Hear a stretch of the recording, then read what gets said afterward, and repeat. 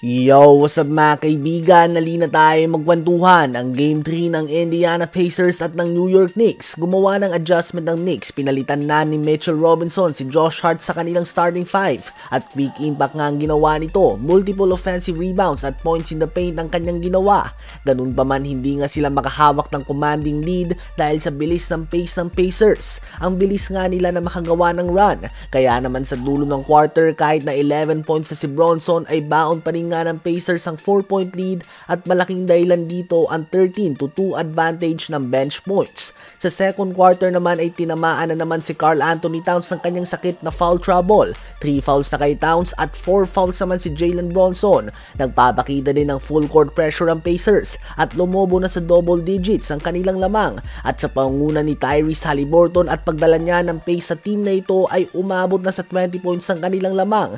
Gumawa nga sila ng 14-0 run in 2 minutes hanggang sa natapos nga ang first half sa score na 58-45 in favor of Pacers. 10 players nga nila naglaro at 10 players din nila ang gumawa ng puntos. Balance scoring nga para sa Pacers sa first half at going for the knockout na sila. Sa third quarter naman ay nakuha nga ng Knicks ang momentum matapos sa magtamo ng ankle injury ni Aaron Nesmith na siyang defender ni Jalen Bronson. Naibaba ng Knicks sa single digit sa lamang ng Indiana Pacers mula sa 20 points sa biggest lead dito. Sa fourth quarter naman ay nagliliyab si Towns at pinangunahan niya ang Knicks sa malaking run at nabawi na nga nila ang lamang. Ginagawa din nila ang run na ito nang wala si Bronson na binangko na lamang ni Coach Tom Thibodeau matapos ang 5 fouls. Sa uli ay nakuha nga ng Knicks ang dikit na panalo sa panguna ng 24 points and 15 rebounds si Karl Anthony Towns. Isama na din natin sa update na ito na sinabi na ni Nicolas Batum na ang susunod na NBA season ay most likely ang kanyang last NBA season na.